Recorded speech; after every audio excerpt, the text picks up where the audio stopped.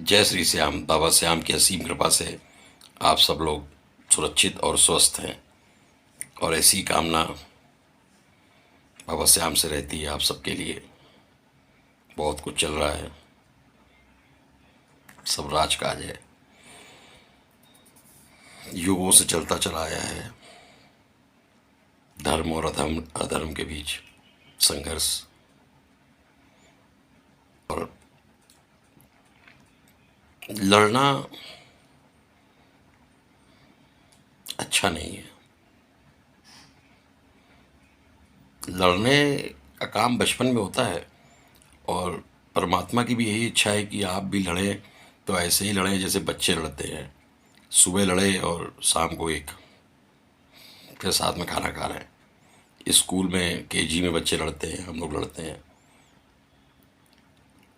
और वो लड़ना मनोरंजन है। और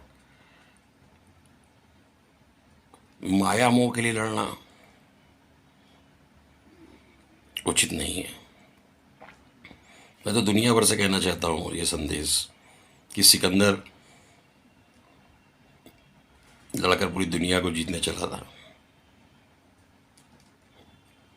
मरते समय टीवी हो गई 4 फुट का हो गया कमजोर होकर, और 4x4 के गड्ढे में उसको दफना दिया गया खाली हाथ।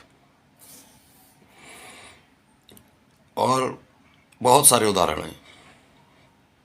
हिटलर का देखिए, नेपोलियन बोनापार्ट का देखिए, बहुत सारे उदाहरण। हिटलर को तो अपनी बंदूक से सुसाइड करनी पड़ गई थी, ऐसी स्थितियां आ गई थी।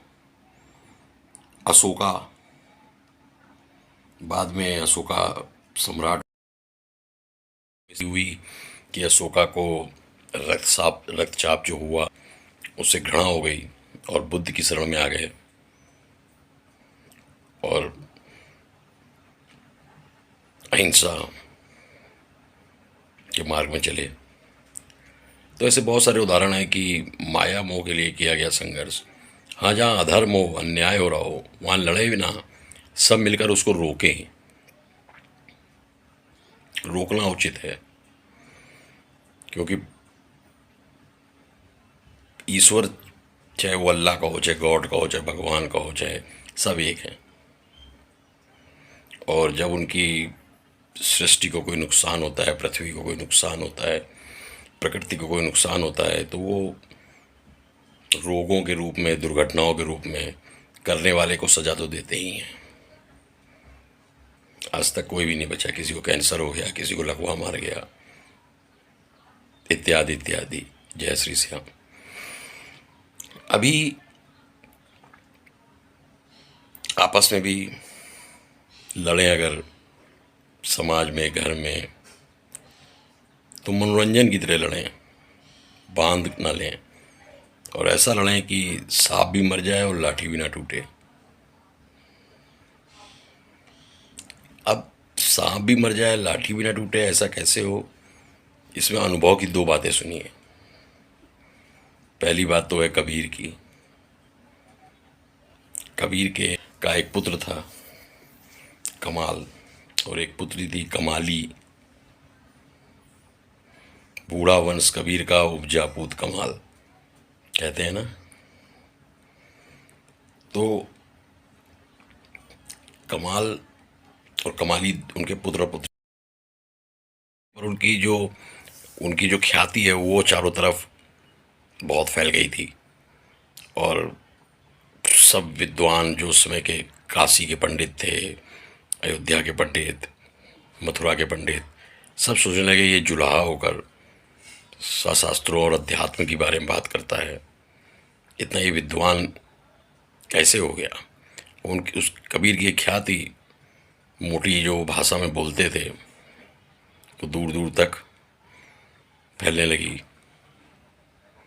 माटी कहे कुम्हार से, तू क्या रोंदे मोए, एक दिन ऐसा आएगा मैं रौंदूंगा तोए। तो मट्टी भी कुम्हार से कहती है कि तुम मुझे क्या रौंदते हो, एक दिन ऐसा आएगा हम तुमको रौंद देंगे। ऐसा ही होता भी है। तो कबीर की ख्याति बहुत बढ़ने लगी। तो काशी के एक पंडित थे, बहुत विद्वान, और सभी ब्राह्मणों में श्रेष्ठ, सशास्त्रों के ज्ञाता, अध्यात्म के ज्ञाता, वेदांत के ज्ञाता। मुझे लगा ये क्या कबीर, मैं इसकी परीक्षा लूंगा और अगर ये सशास्त्र में मुझसे हारा तो मैं इसको मारूंगा और राजा से कहूंगा कि इसको जेल में डाले। मैं इसकी परीक्षा लेने जाऊंगा इसके घर। अब ये सूचना कबीर को दी गई कि वो आ रहे हैं। अब कबीर काफ़ी परेशान थे कि वो आएंगे, मैं तो जुल्हा जो बोलता हूँ वो ईश्वरी शक्ति से बोलता हूँ, शास्त्र, अध्यात्म, ये सब क्या है, वेदांत। कबीर काफ़ी परेशान बैठे थे। तब तक उनकी पुत्री कमाली आई। उसने कहा ऐसा क्यों ना हो कि सांप भी मर जाए और लाठी भी ना टूटे। कबीर बोले ऐसा कैसे हो सकता है, ये तो बड़ा मुश्किल है। वो आ रहे हैं तो उनसे शास्त्र करना ही पड़ेगा। तो बेटी ने कहा कि ऐसा है कि अब वो आ रहे हैं तो मैं एक उपाय करती हूँ। उसने पत्थर उठाए 5-6 बड़े बड़े, उनको एक लाल कपड़े में बांधा और जिस मार्ग से वो पंडित आ रहे थे उनको सर में रखकर चल दी। और दूर से देखा वो पंडित चले आ रहे हैं। वो भी उन पत्थर पेड़ के नीचे बैठी थी और उठी और उनको सर में रखा उन पत्थरों, लाल कपड़ों को, और चल दी घर की तरफ। पंडित जी ने पूछा तुम कबीर की पुत्री हो? सुना है, क्योंकि लोगों ने बताया जो पंडित जी के साथ आ रहे थे। उन्होंने कहा हाँ, कमाली नाम है मेरा। उनका ये सर में रख के क्या जा रही हो? वो बोली कि ये सिलाटिक शास्त्र है।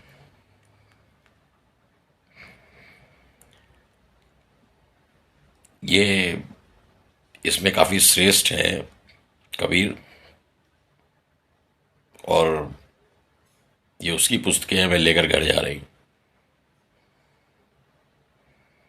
इनमें गंगा जल छिड़कने नदी गई थी।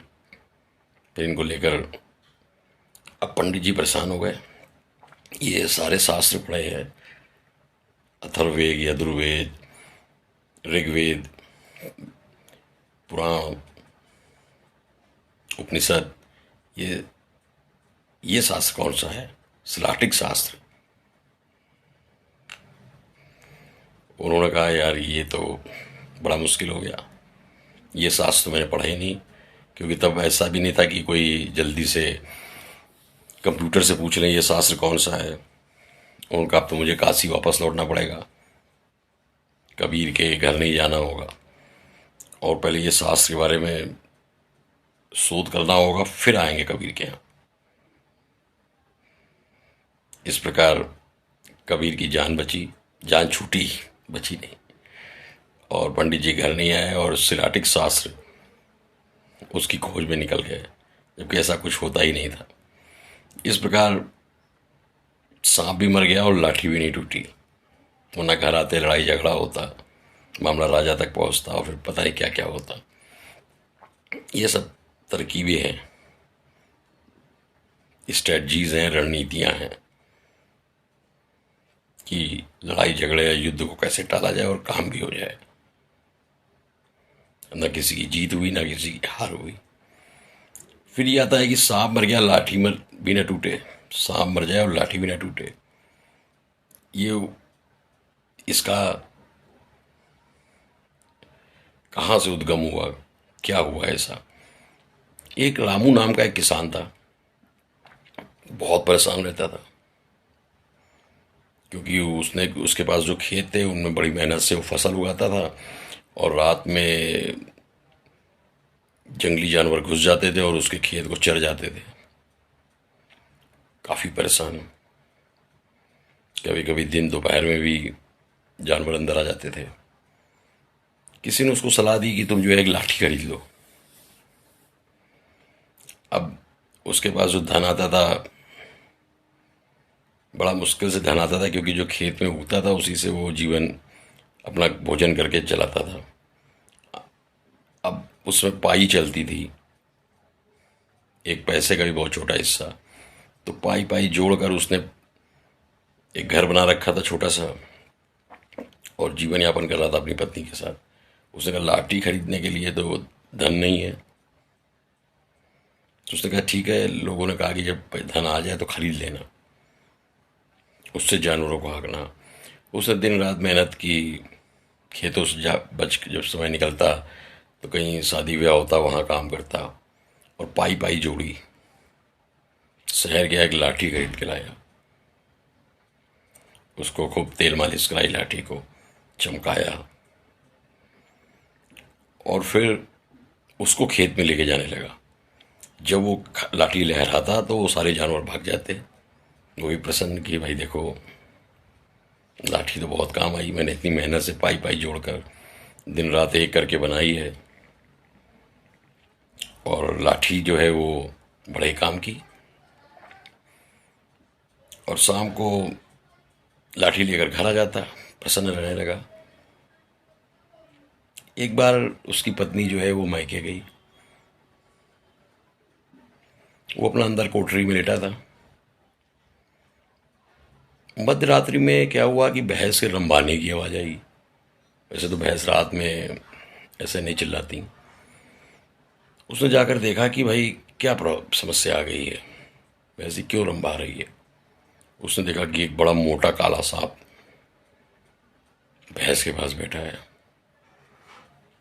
उसने कहा इस सांप को तो हटाना पड़ेगा, और नहीं भैंस को कैसे डस लिया तो भैंस हमारी मारी जाएगी, दूध के लाले पड़ जाएंगे। उसको ध्यान में आया कि यहाँ लाठी है, लाठी इसको फेंक के मारते हैं भैंस को। फिर उसने सोचा कि यार लाठी हमने जो है बड़ी मेहनत से दिन रात एक एक पाई जोड़ कर खरीदी है, कहीं मारने के चक्कर में टूट ना जाए। मैं फेंक के मारूं और ये टूट जाए। फिर उस सोचने लगा क्या करूं क्या करूं, और भैंस के लगातार चिल्लाने से अगल बगल के लोग भी आ गए। तो उनमें से एक वृद्ध आदमी ने युक्ति बताई कि रामू तुम ऐसा करो, लाठी फेंक के मारोगे तो हो सकता है टूट जाए, और गुस्से में आकर लाठी भी टूट जाए, और सांप जो है भैंस को डस भी ले गुस्से में आकर। तो वृद्ध ने युक्ति बताई कि ऐसा करो कि सांप भी मर जाए और लाठी भी ना टूटे। तुम क्या करो कि रोशनी दिखाओ, लालटेन ले आओ, और इस लाठी से सांप के बस सीधा मुंह में मारो, लाठी फेंकना मत। उसने ऐसे ही किया, और सांप भी मर गया और लाठी भी नहीं टूटी। इस प्रकार लड़े तो ऐसा लड़े कि सांप भी मर जाए और लाठी भी ना टूटे, यही कूटनीति है। ऐसा ना हो प्रकृति को बहुत नुकसान हो गया, आज तो लड़ लिए फिर 10 साल का के लिए समस्या हो गई।